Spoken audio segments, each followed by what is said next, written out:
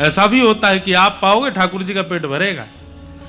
ऐसे एक चरित्र आता है, श्रीमद वल्लभाचार्य जी महाराज के एक शिष्य थे गोवर्धन में, उनका नाम मुझे याद नहीं आ रहा, भगवान दास नाम था संभवतः।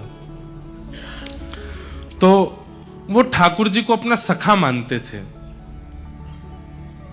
तो उनका नियम ऐसा था, वो ठाकुर जी के सखा हैं, ठाकुर जी उनके साथ खेलने के लिए वन में जाते थे।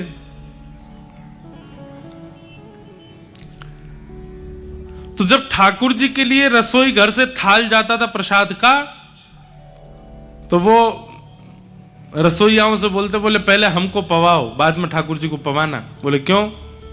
बोले हम पहले पा करके वन में जाके सब व्यवस्था करेंगे ठाकुर जी की, वहां ठाकुर जी खेलने आते हैं, कहीं कोई दिक्कत नहीं हो जाए। तो रसोइया ने कहा अच्छा, भगवान का प्रसाद नहीं लगा, तुमको पहले पवा दें? ऐसा बिल्कुल नहीं होगा। तो जब उनको नहीं पवाया, ठाकुर जी के सामने धर दिया, तो महाप्रभु वल्लभाचार्य जी के चित्त में भी ठाकुर जी आकर के आज्ञा किया, आज हम भी नहीं पाएंगे। क्यों? वाने ना पाया तो हम भी नहीं पाएंगे। अब वाने ना पायो, वो दुखी है गयो, वो खेलवे के काजे ना गए, अब मैं उन्हें पाऊंगा, इसलिए नियम बना दो, वो पहले पाएगा, हम बाद में पाएंगे। तब से महाप्रभु जी ने नियम बना दिया, बोले पहले इसको पवाओ, उसके बाद ठाकुर जी को पवाओ। क्यों?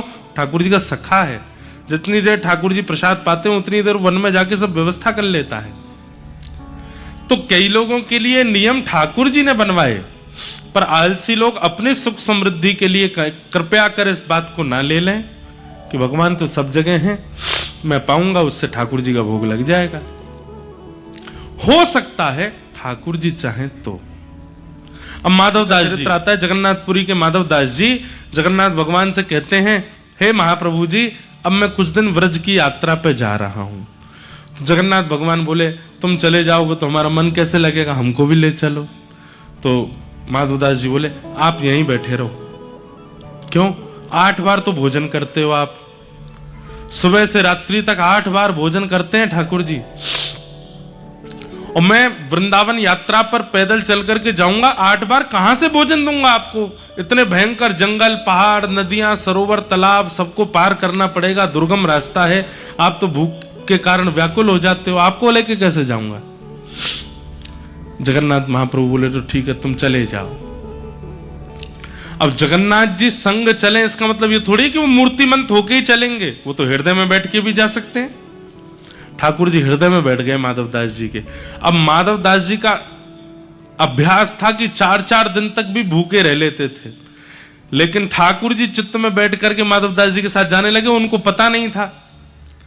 थोड़ी दूरी पहुंचे जगन्नाथपुरी से, इतनी जोर की भूख लगी माधवदास जी को, अब तो ऐसे व्याकुल हुए कि थोड़ी बहुत देर में प्रसाद नहीं मिले तो पेड़ पोड़ खाने शुरू करूं।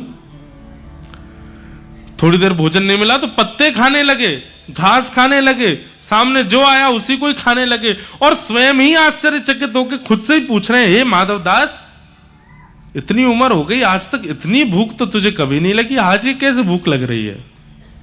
क्योंकि माधवदास जी के अंदर ठाकुर जी बैठ के जा रहे हैं, ठाकुर जी को लग रही है भूख। माधवदास जी एक गांव में पहुंचे, और गांव की माता जी एक कुटिया में रहती थी, उनका द्वार खटखटाया, मैया जल्दी खोलो, जल्दी खोलो। बंधुओं, ऐसी भूख कभी लगी है कि आप पागल हो गए हो, बस कुछ मिल जाए? नहीं लगी होगी। हम लोगों को ऐसी भूख नहीं लगी है अभी तक। पर एक बात शास्त्रों में कहते, महाभारत कहती है कि पुत्र शोक महाकष्टम, माता पिता के सामने पुत्र की मृत्यु हो जाना ये महाकष्ट है, पर इससे भी विशाल कष्ट होता है कष्टात कष्ट करित क्षुधा, भूख लगना और भोजन का ना मिलना, उससे भी बड़ा कष्ट है।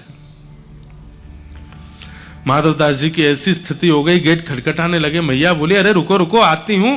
द्वार खोल के देखा, कहो बाबा क्या बात है, इतने व्याकुल? मैया जो है घर में, जो है घर में मुझे खिला दो, मुझे भूख लगी है, बहुत तेज भूख लगी है।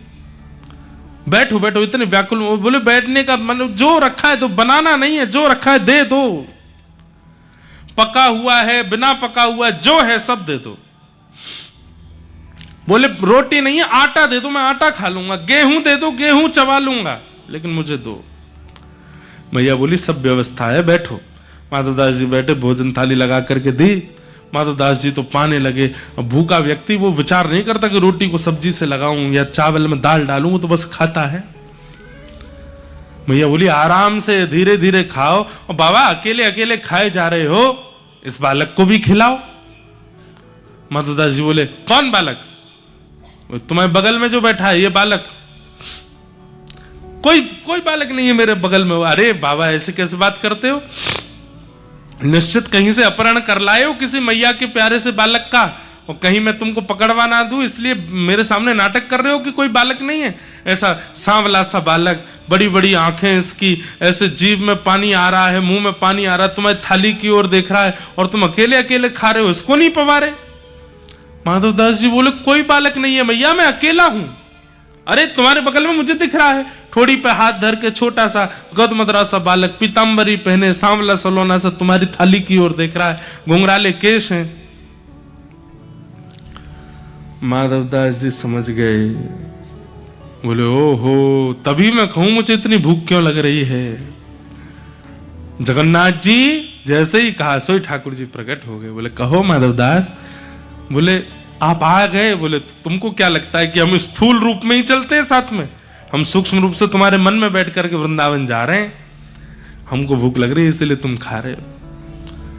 महाराज जिन माधवदास जी को 30 दिन में वृंदावन पहुंच जाना था, 6 महीना में पहुंचे। क्यों?